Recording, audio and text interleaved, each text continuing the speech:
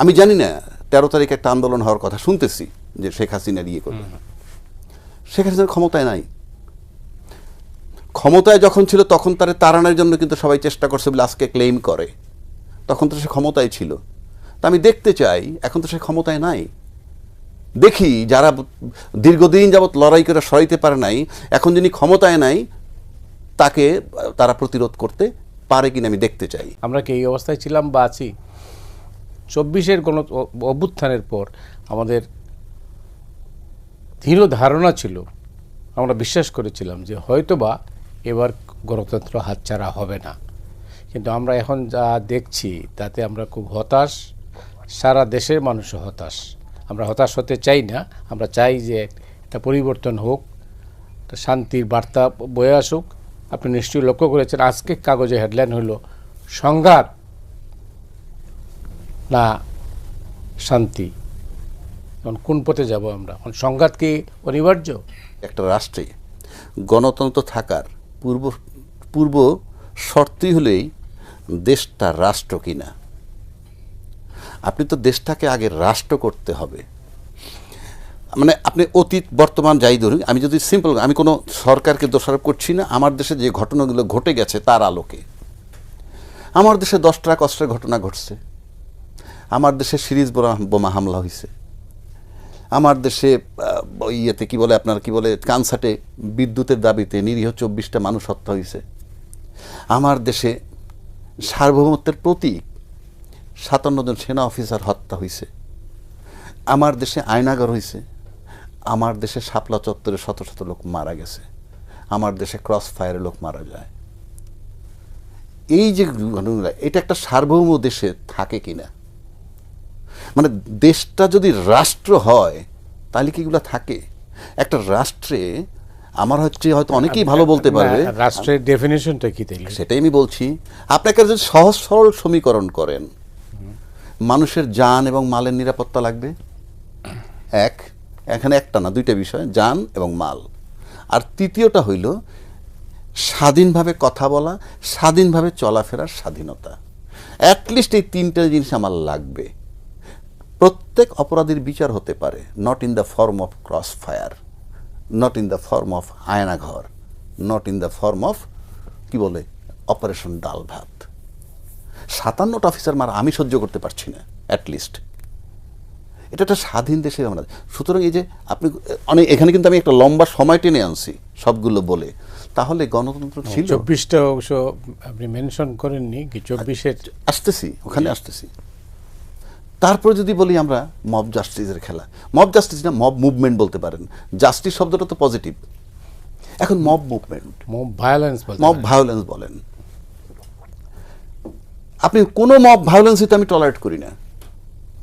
আপনি মনে করেন শেখ হাসিনাকে তাড়ানো হয়েছে, আবার বঙ্গবন্ধুর বাড়িও ভাঙা হয়েছে।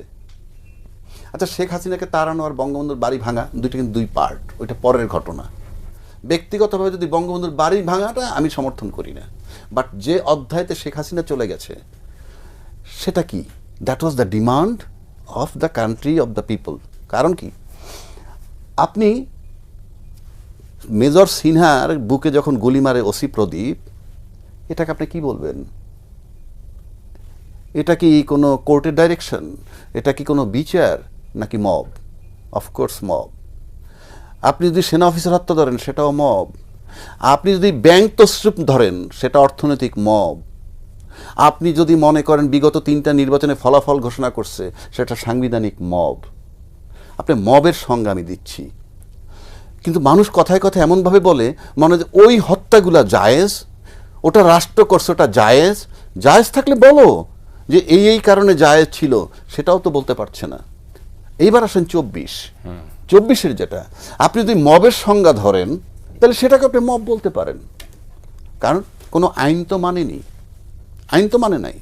তাহলে আপনি ওই মবটা যদি না হইতো তাহলে প্রিভিয়াস যে মবগুলোর কথা বললাম সেটা 2029 সাল পর্যন্ত চলমান থাকতো। কেননা গত 16 বছরে কিন্তু জঙ্গি দমন করা হয়েছে, তার মানে এখনও থাকলে জঙ্গি দমন চলতো। গত 16 বছর যাবত ইয়াবা নিয়ন্ত্রণ করা হইতেছিল, ওটা এখনও 29 পর্যন্ত করতো। সেই অর্থে এখন ওইগুলা বন্ধ করার জন্য যে মবটা হয়েছে সেটাকে আপনি টু সাম এক্সটেন্ট আমার বিবেচনায় মব জাস্টিস। কেন? That was the demand of the people. সে কারণে আমি বলছি, আমি এটার বৈধতা দিচ্ছি না, বাট এটা প্রয়োজন ছিল। এবং এই ধরনের যে ঘটনা, এটা যখন মানুষ অ্যাকসেপ্ট করে, এবং সবাই কিন্তু বলতেছে, এখন এমন কোনো দল নাই যে বলে না যে, সবাই কিন্তু বলে আমরা এই আন্দোলনে ছিলাম, এমন কোনো দল নাই। তাহলে ওটাকে যদি আমি মব বলি, তাহলে ওই আন্দোলন সবাই ছিল। বাট এখানে আমার একটা ভিন্ন জাজমেন্ট আছে, সেটা বলি। আমরা জুলাই আন্দোলনের কৃতিত্বটা কিন্তু সবাই নিতে চাই, আমি কারো বিরোধ করছি না। আমি জানি না 13 তারিখে একটা আন্দোলন হওয়ার কথা শুনতেছি যে শেখ হাসিনার ইয়ে করবে।